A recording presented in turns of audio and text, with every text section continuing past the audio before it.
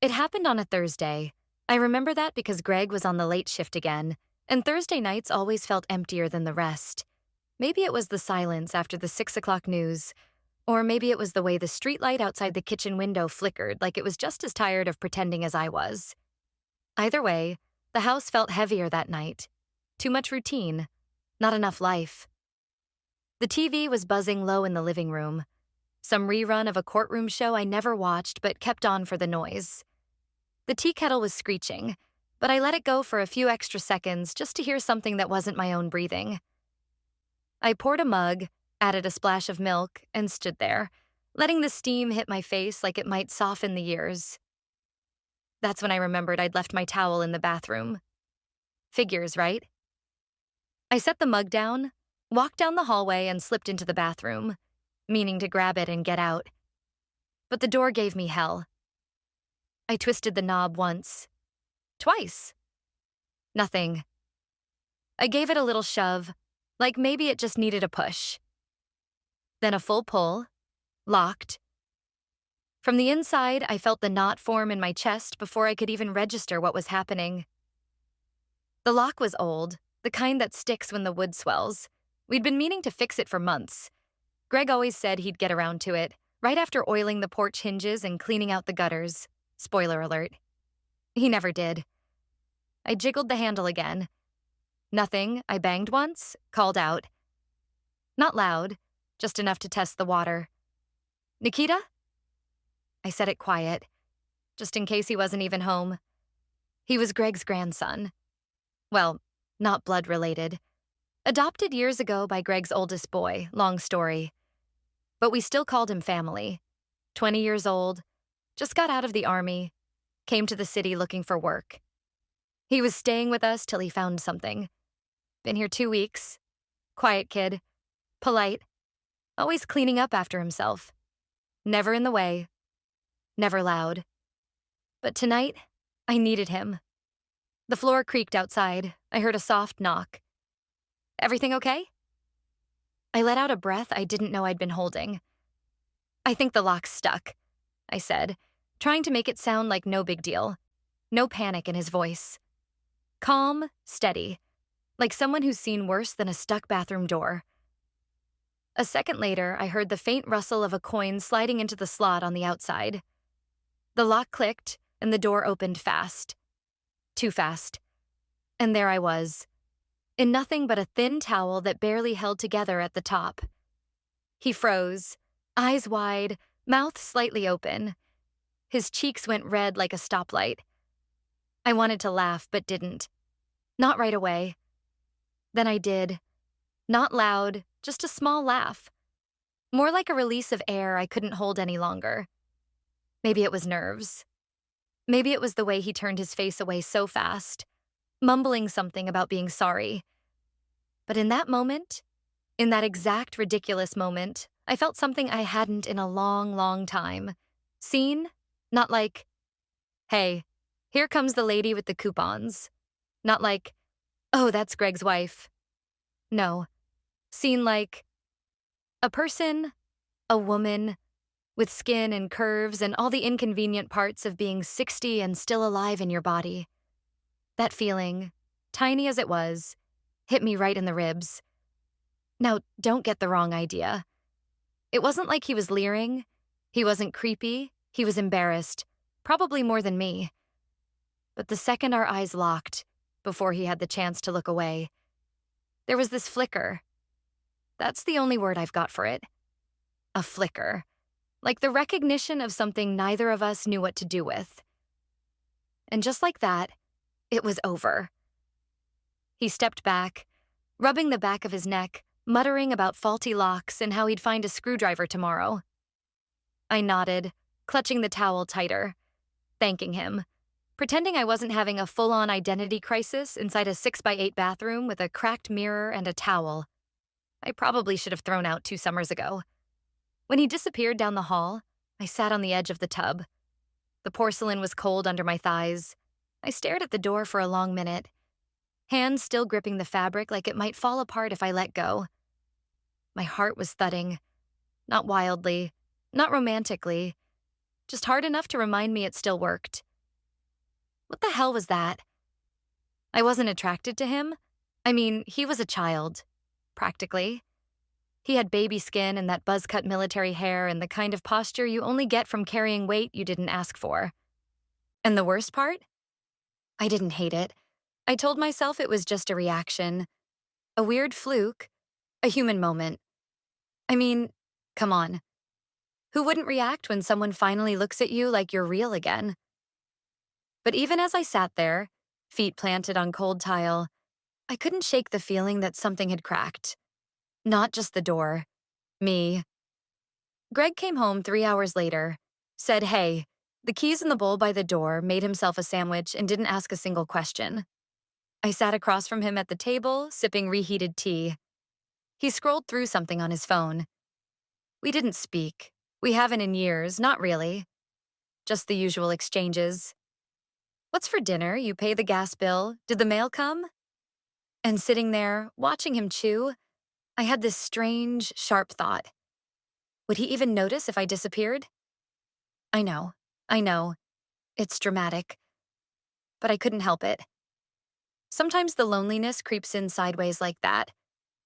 Through a broken lock, or a glance too long, or the way a young man looks surprised to see you in your own skin. That night, I couldn't sleep. I lay awake listening to the tick of the living room clock, the hum of the fridge, the little sounds that make up a life when no one's talking.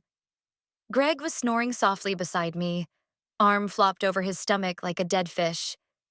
I looked at the ceiling and thought about Nikita's face when the door swung open. Was it pity? Surprise? Interest? And why did it matter? God help me, I wish it didn't. But something had shifted. Something small.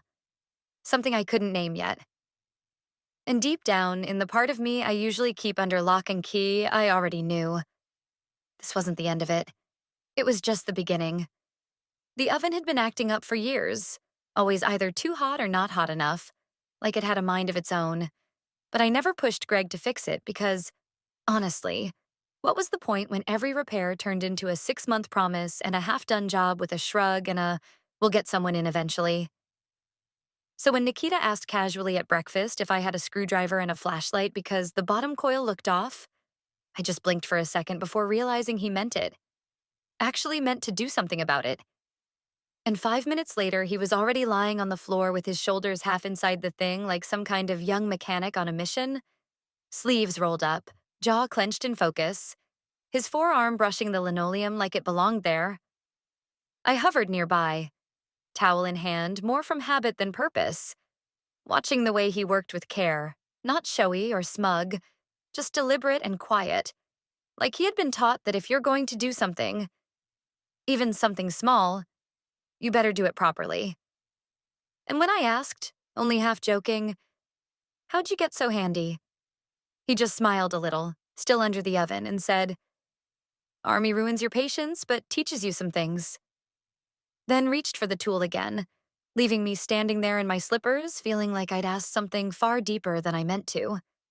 By the time he sat back on his heels, wiping grease off his hands with an old dish towel, the oven light was glowing stronger than I'd seen in years, and the fan finally stopped making that rattling noise it had carried like a bad cough. And I laughed, genuinely, not out of politeness, clapping my hands once and saying, "That's a miracle," because it kind of felt like one, in a house where nothing ever really got fixed.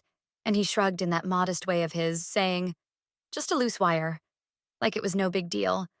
Like I hadn't just witnessed the first real act of care this kitchen had seen in a decade. I didn't know what else to do with the sudden rush of whatever it was. Gratitude, admiration, something warmer than either. So I did the only thing that came naturally, which was to feed him. And without thinking twice, I pulled the old ceramic pie dish from the fridge, the one I usually saved for Sundays, and cut 2 generous slices of the apple crumble I'd made the night before, sliding them onto plates and heating them up with a scoop of vanilla ice cream on the side, the cheap kind, but still creamy enough to soften the tartness. And when I set it down in front of him with a simple, "Here, eat," he gave me a look that almost made me sit down too quickly, like I'd surprised him with the offer, but he didn't want to say no. And I realized I hadn't cooked for someone just because I wanted to in, I couldn't even remember how long. We sat at the kitchen table, forks scraping quietly, steam rising off the pie, the hum of the fridge filling the silences. And for once, it wasn't uncomfortable.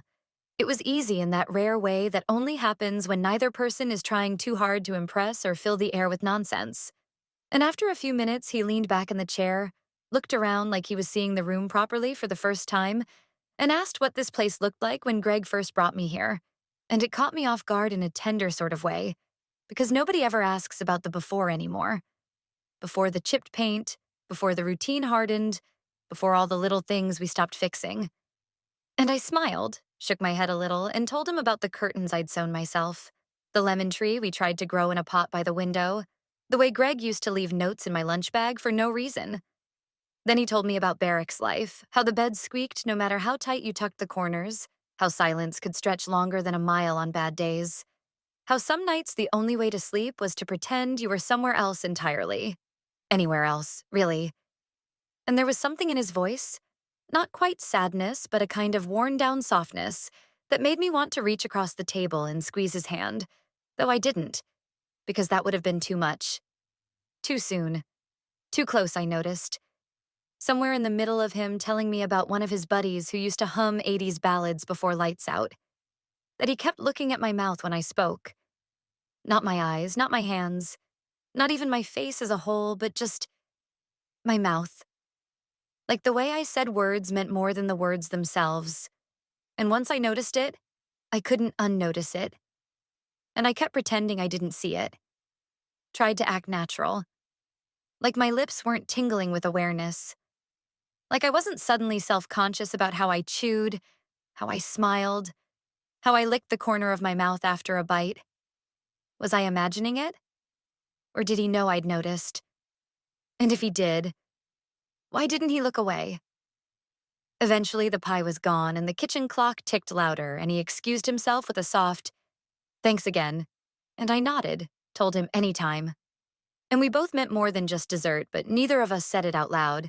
And he walked back to his room down the short hallway, his socked feet soundless on the linoleum. And I sat there a few minutes longer than I needed to, listening to the creaks settle into silence again, replaying the conversation in my head like a scene from a film I wasn't sure how to categorize. Later that night, I went to the bathroom to wash my face and found myself standing in front of the mirror longer than usual, staring at my own reflection like I was trying to find the version of me that had existed 30, maybe 40 years ago. The one who had always laughed too loud and wore bright lipstick and believed people when they told her she was beautiful. And for a second, I pulled back my shoulders just a bit, tilted my chin, and wondered what someone like Nikita saw when he looked at me now. And the thought was so absurd, and so dangerous, and so impossible that I nearly laughed. Except it didn't feel funny at all. It felt sharp.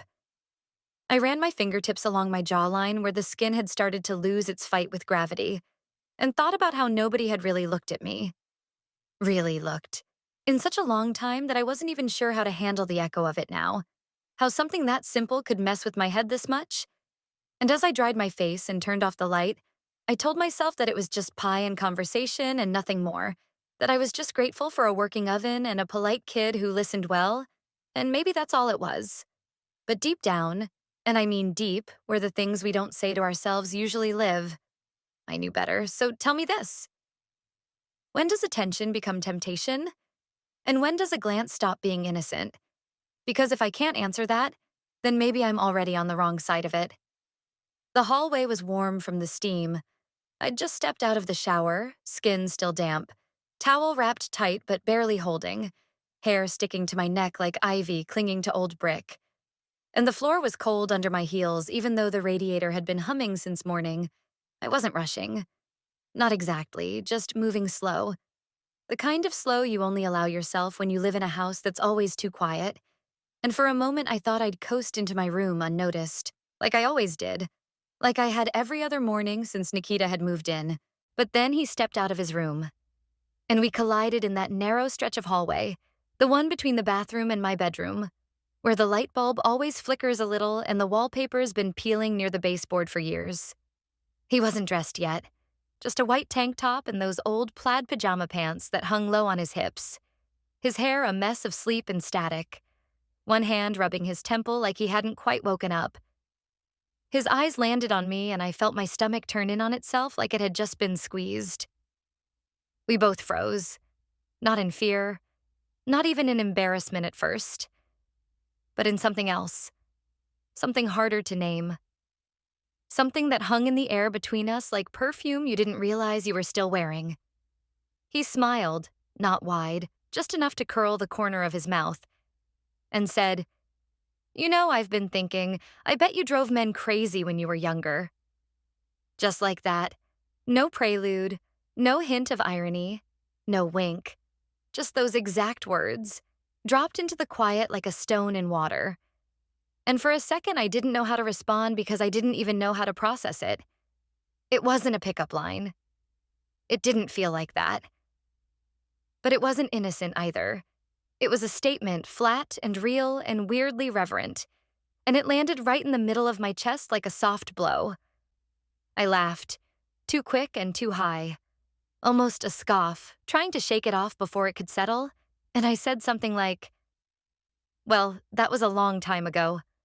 Which wasn't even clever, it was just the only thing I could manage with my brain doing cartwheels and my hands starting to tremble slightly where they clutched the towel tighter. He didn't say anything back, just watched me, eyes clearer now, more awake.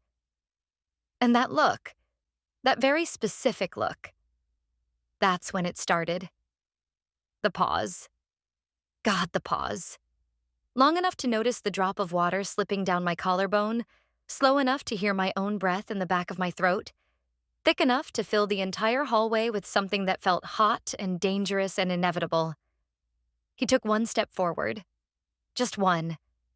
It wasn't aggressive, it wasn't even confident. It was hesitant, like he was asking a question without using words. And I didn't move, didn't flinch, didn't speak. I just stood there, damp and still and burning alive in a towel I suddenly hated for being so thin. And then he kissed me.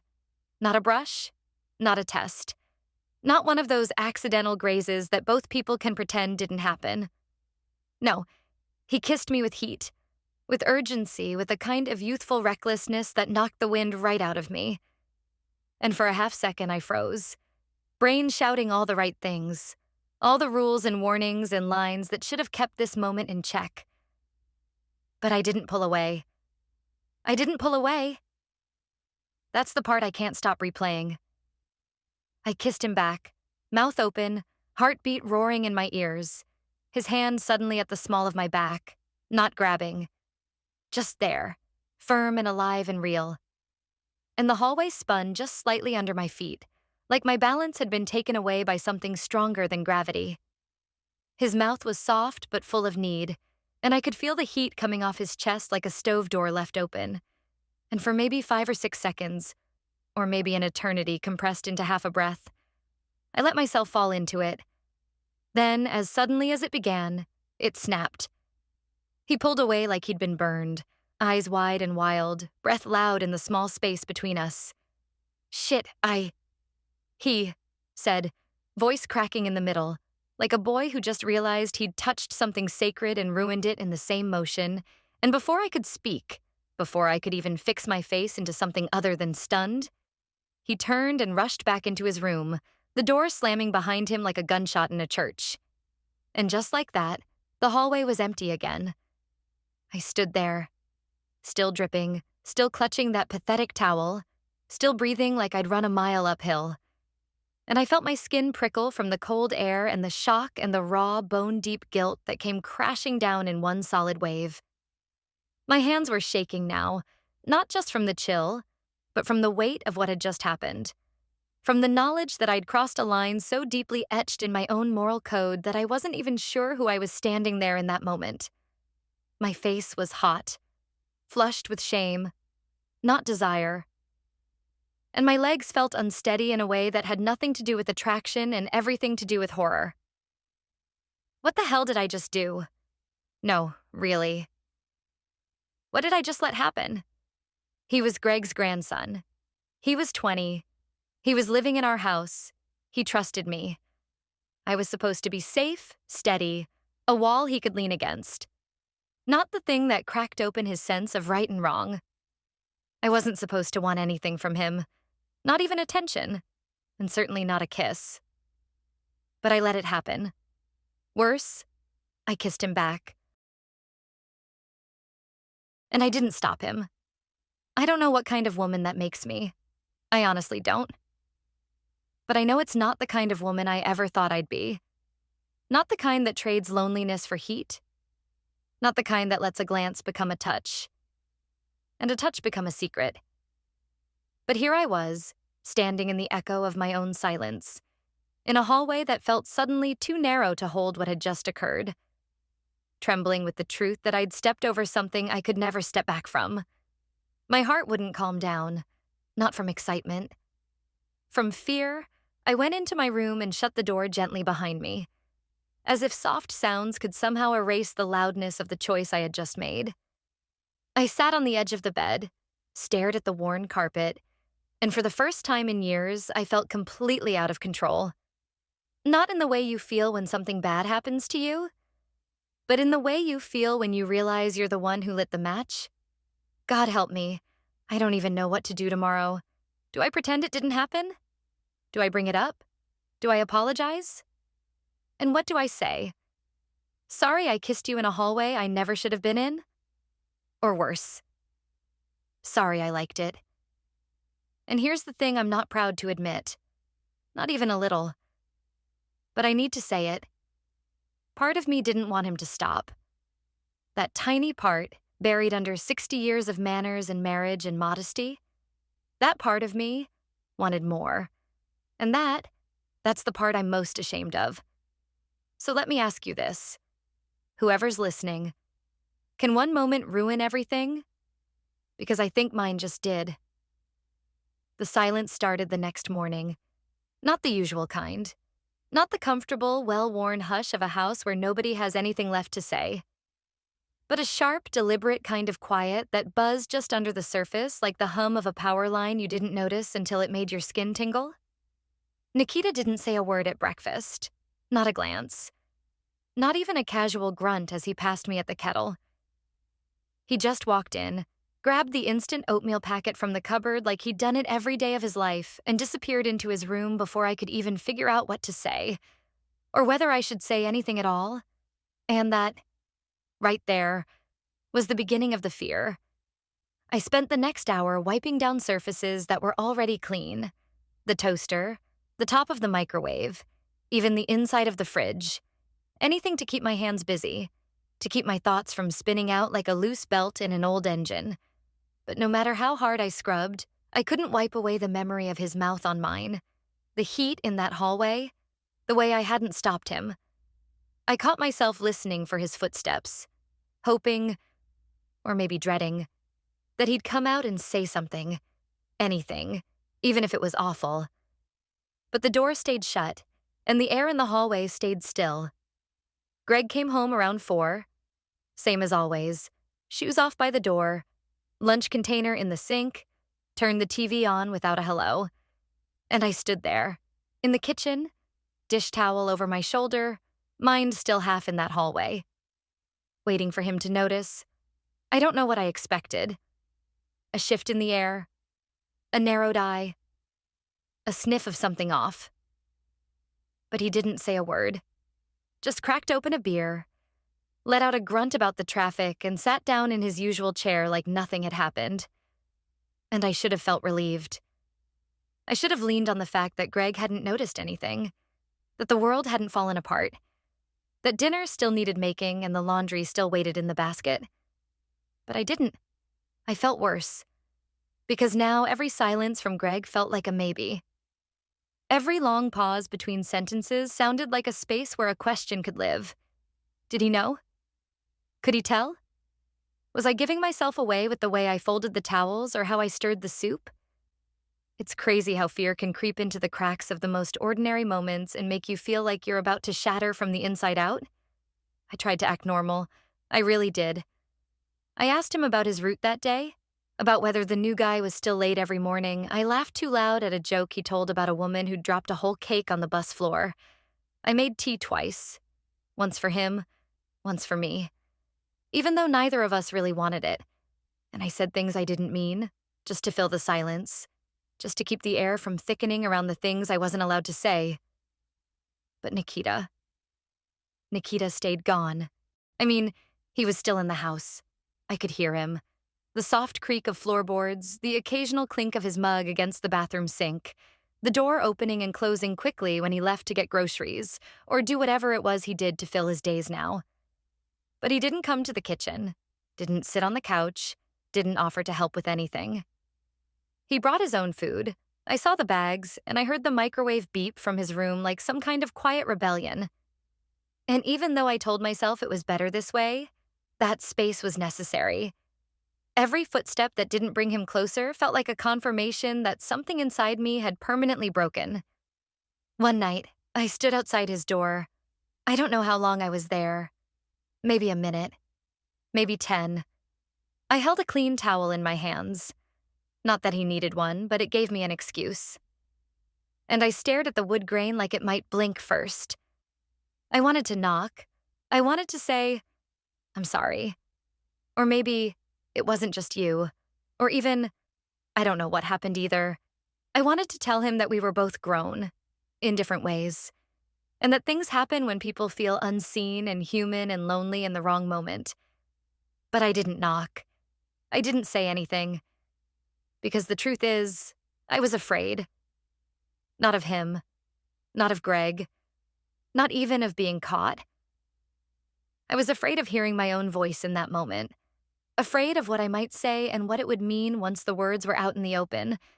Afraid that the second I spoke it out loud, it would become real in a way I couldn't take back. And maybe, deep down, I was afraid he'd answer, that he'd open the door, look at me with those wide eyes again, and I'd see it. Regret. Or worse, nothing. So I stood there for another breath or two, then hung the towel on the hallway hook like it had always belonged there, and walked away as quietly as I could, hoping he hadn't heard me, hoping he had. That night, I watched Greg sleep. I know how that sounds, but I wasn't trying to be dramatic.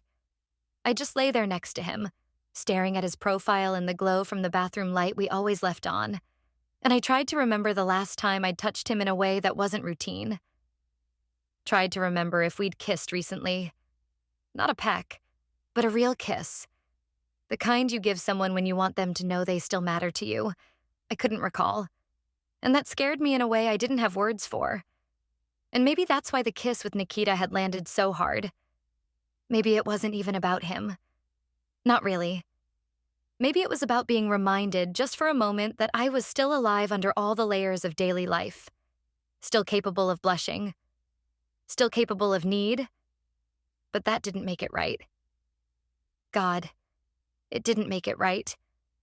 And no amount of pretending could change the fact that something now sat in the middle of our house like a loaded secret. And none of us, not me, not Nikita, not even Greg, could walk past it without feeling the heat come off it. I swept the kitchen twice the next day, rearranged the spices, threw out old tea bags we'd probably never use anyway. I filled the time with noise and movement and anything that felt like control. But nothing helped. Nothing.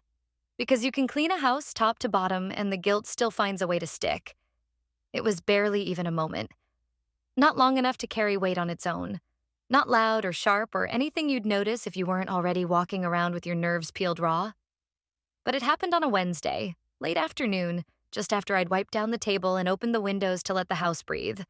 The light outside soft and peachy like it gets when the weather can't decide if it's spring or still pretending to be winter.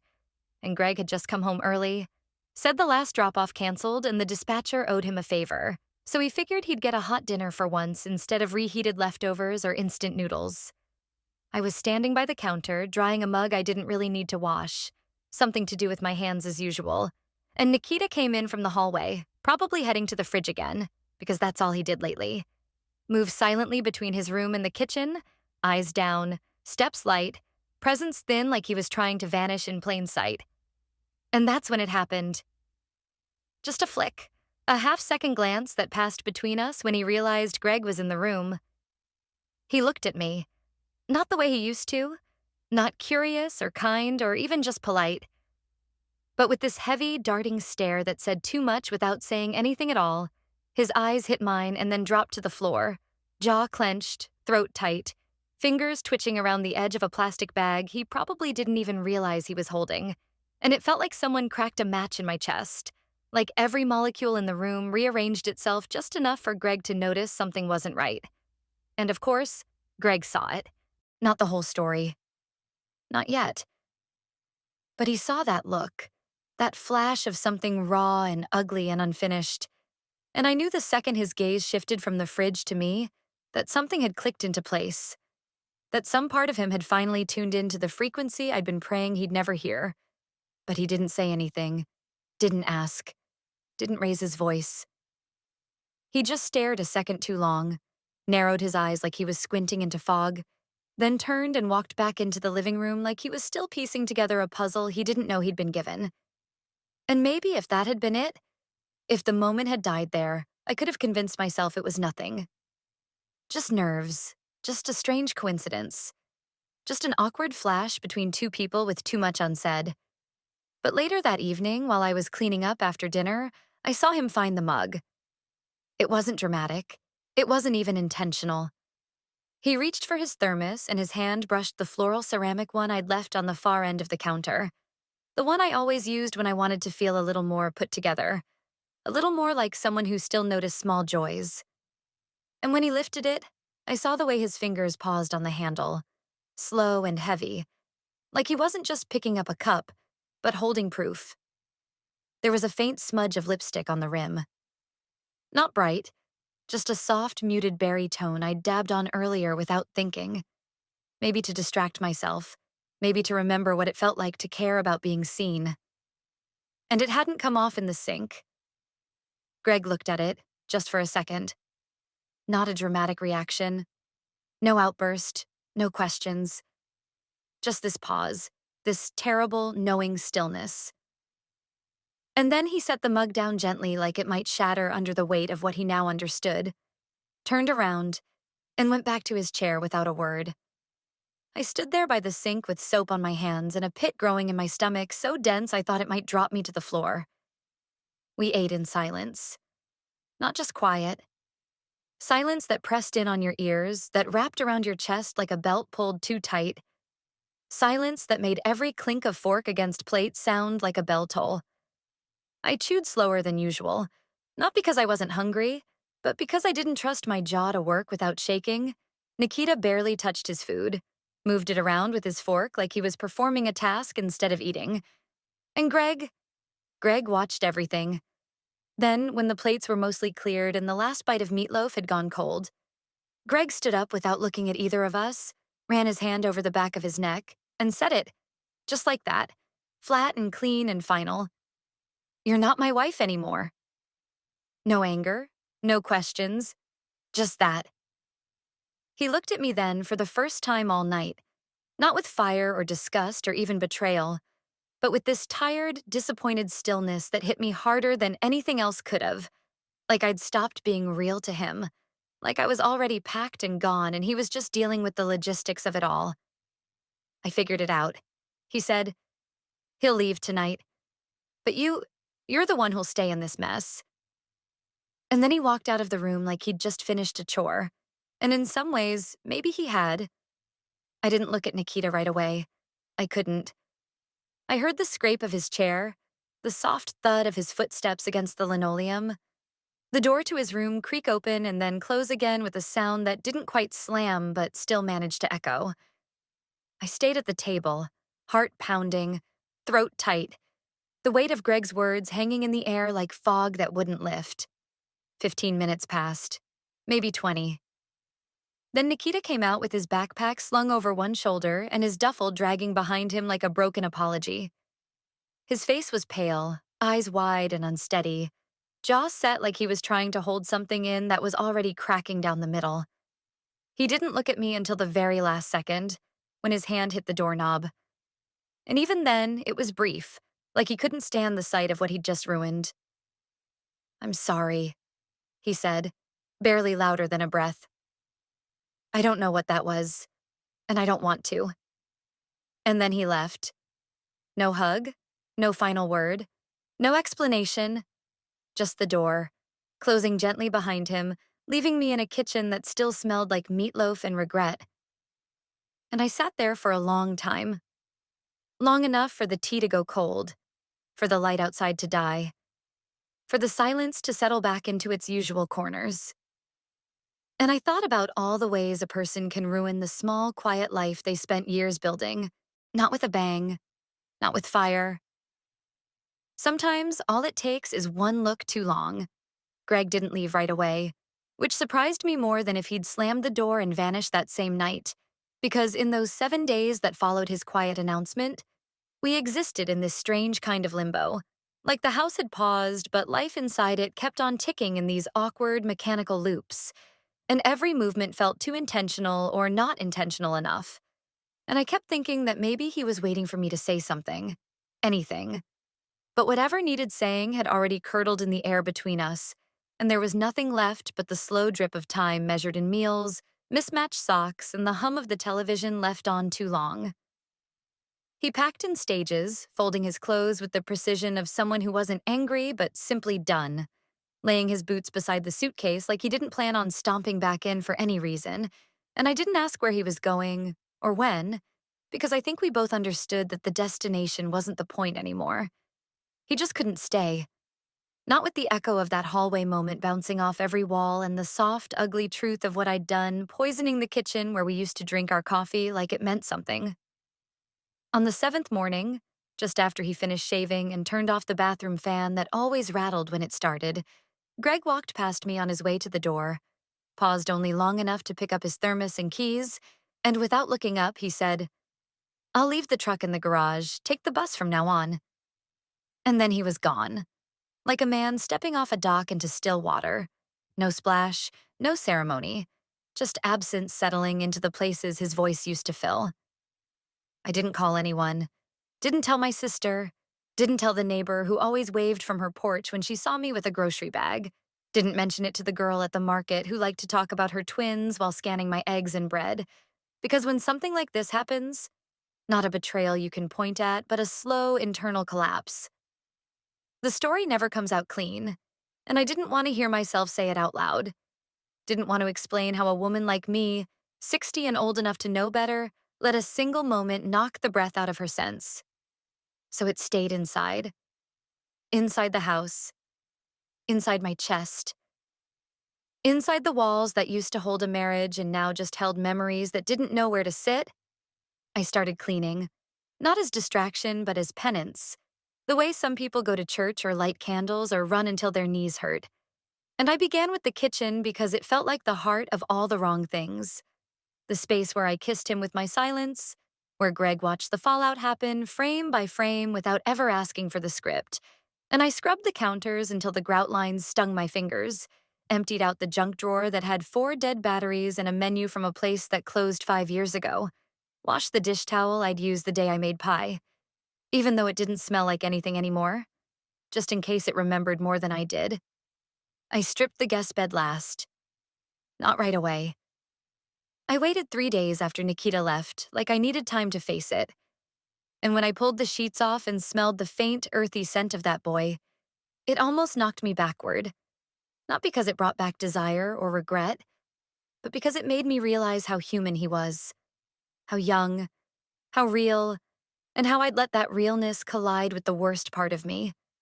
The part that wanted to feel touched again before she felt forgotten completely. The sheets went into the washer without ceremony. No special folding or hesitation. Just a heavy toss like you do when something's too sharp to hold. And I set the cycle to hot and watched the drums spin with a kind of blank focus, wondering whether a machine could really wash away something that still clung to the inside of your skin. I found his mug 2 days later, on the windowsill behind the curtain in the hallway. Half full with cold tea, the bag still bobbing like it had been forgotten mid-sip. And I don't know why, but I picked it up gently, as if it could spill something that wasn't liquid, like a memory might slip out if I wasn't careful. And I stood there holding that lukewarm ghost of a moment and thought about how many times I'd passed that window without noticing what was left behind. I didn't cry, not because I didn't feel anything. God knows I did. But because the sadness wasn't sharp anymore, it was dull and heavy and settled like dust in the corners of my chest. And crying would have felt performative, like I was trying to be the kind of woman in a movie who breaks down dramatically in a dark room. But real grief doesn't always do that. Sometimes it just makes you still, like sitting in a chair you didn't plan to sit in, staring at a wall you've seen 1,000 times and realizing you never really looked at it. I made soup that night. Simple, from whatever was left in the fridge. And I ate it slowly with a piece of stale bread and a glass of water. The kind of meal that doesn't ask anything of you. And when I finished, I didn't wash the bowl right away. I just sat there with my hand around the spoon and my mind turned completely inward, not trying to solve anything, not trying to rewrite what had already been etched into the story of this house. Just sitting. And I thought, not for the first time, but with new weight, about what loneliness really is. About how I'd always assumed it meant being left behind or forgotten or not invited to the parts of life where joy lives. But that night I realized something much harder. I realized that loneliness isn't about being forgotten. Loneliness is remembering too much. It's waking up with the shape of a moment still pressed into your bones. It's knowing you were the one who reached, even just a little, even just for a second, when you should have stepped back. I used to think loneliness was what happened when the world stopped calling your name, but now I know. Now I know it's when you can't stop hearing your own voice whispering from a hallway you never should have walked down in the first place. I thought loneliness was when they forget you. Turns out, it's when you can't forget yourself in the moment you made the mistake. And that's the kind that never really lets you go.